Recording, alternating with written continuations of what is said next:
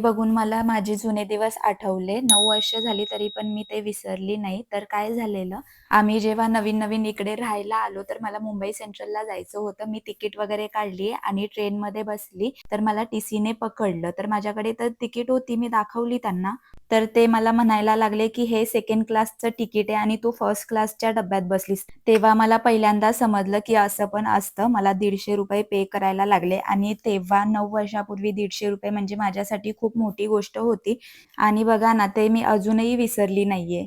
असू दे ते मी तुम्हाला आजचा रुटीन शेअर करते. तर रोजप्रमाणे मी ऑफिसला गेली. येताना ना मुलुंड स्टेशनला आयुर्वेदिकचं एक दुकान आहे. तिथून मेहंदी आणि रोजमेरी लीव्हज घेतले. त्याच्यानंतर घरी येऊन जेवण वगैरे करून भांडी घासली आणि थोडं स्किन केअर केलं. कारण थंडीमुळे ना चेहरा थोडा डल झालेला. नेहमी मला असा चेहरा डल वाटला ना, तर मी तांदळाचं पीठ किंवा बेसन घेऊन लावते.